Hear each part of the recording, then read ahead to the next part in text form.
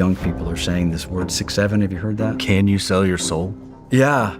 Yeah, you can. You trade your soul for something in this world, for something temporal. So December 8th, the Immaculate Conception, celebrating this great feast, is the day that John Lennon has his last interview. He admits that something comes over me. I think he says something like I'm possessed when I write songs. You know? That day he walks out and is assassinated. Beyonce says that? Yeah, she said in interviews, yeah, something just takes over me. And then you see what I think was Taylor Swift with the 2013, 2015 Super Bowl, dressed in a scantily dressed, I think flames on it, riding the back of this big golden beast. Again, the devil hides in plain sight. So the synagogue of Satan is anywhere you see this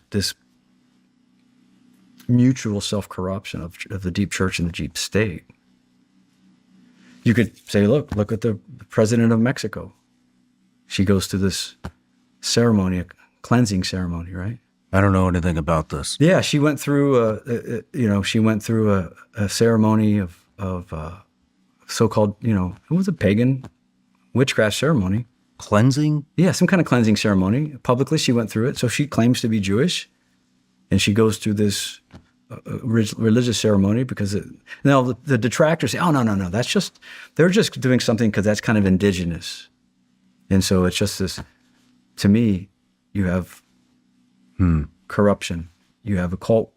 You have religious leaders, church leaders blending together, And then you see what I think was Taylor Swift with the 2013, 2015 Super Bowl in one of her performances, dressed in a scantily dress with, I think, flames on it, riding the back of this big golden beast. Again, the devil hides in plain sight. So I think you're always going to see this corruption and militating against the truth. I mean, that kind of brings me to the next category, which is another one that I've really been wanting to talk, selling souls and celebrity examples. Yeah.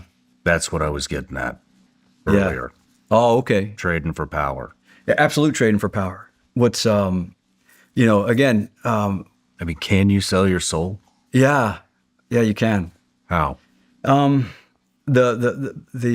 commonality that we hear, the devil comes and walks up to someone and says, you have what it takes. There's several famous, one in particular I know, that's exactly what happened. A guy walks up to her. She was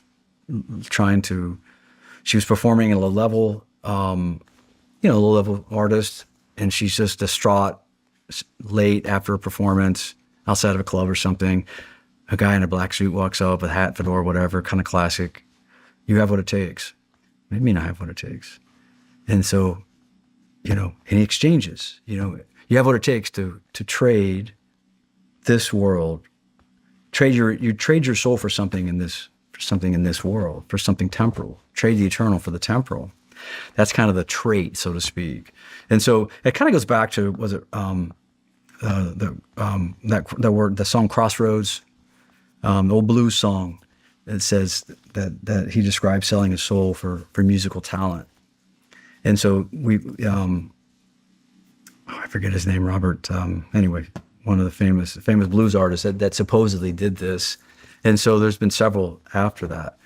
John Lennon, for example, said, I'm not sure about the selling his soul, but I know he's got a picture on a Sgt. Pepper's Lonely Hearts Club Band album. There's one of the pictures in the background is Aleister Crowley.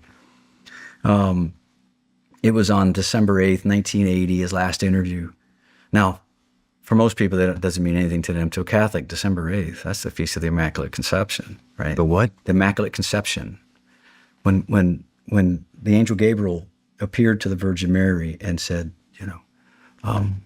Kyrie que cari Domine in Greek, Ave gratia plena in Latin, Hail full of grace, the Lord is with thee. We get the words of the Hail Mary, and announces and waits for her to say, let it be done to me according to thy word, and God became incarnate. God became now man. The announcing of the incarnation, December 8th, is the feast when we recall that in the readings. But the Immaculate Conception is the readings we read there. But Mary prepared and preserved from the stain of original sin. So when she was preserved from the stain by by the merits of Jesus Christ, who is out of time, preserves her from the stain of original sin. As he said in Genesis 3:15, I will put enmity between the woman and the serpent. And so this preservation of sin meant that she was completely sinless. So December 8th is the day that marks when the angel that marked her conception, when she was conceived in her parents, in her mother's womb, and prepared her to receive Christ. Okay, so December 8th, the Immaculate Conception, celebrating this great feast, is the day that John Lennon has his last interview. And in that interview, he admits that something comes over me. You know, I admit that I think he says something like I'm possessed when I write songs, you know. And then that day he walks out and is assassinated. And so they asked one of the parole hearings for this, I forget his name, that shot Lennon. Why did you do it? He said, I don't know. I just realized I would do anything to be famous. He said, I had voices telling me to shoot him. You know, so there's been other actors that have said that, that have sold their soul, you know, that have said they've admitted, or a demon takes over me when I perform. Beyonce says that. Beyonce says that? Yeah, she said in interviews, yeah, something just takes over me. She also ascribes to that. It's an ancient African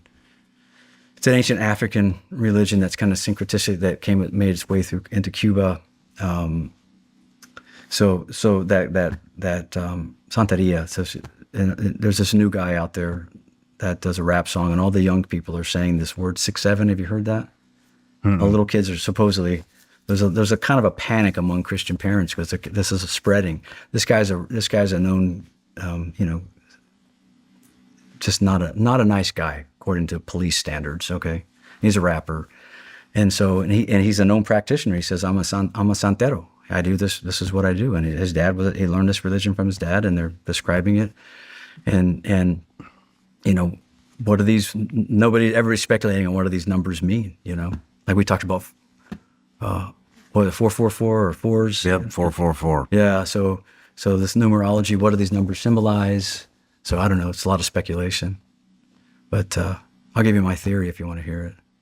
I loved it. You want to hear some crazy shit? Yeah. I guess it's probably not. You're not going to think it's crazy with everything you've seen. Yeah.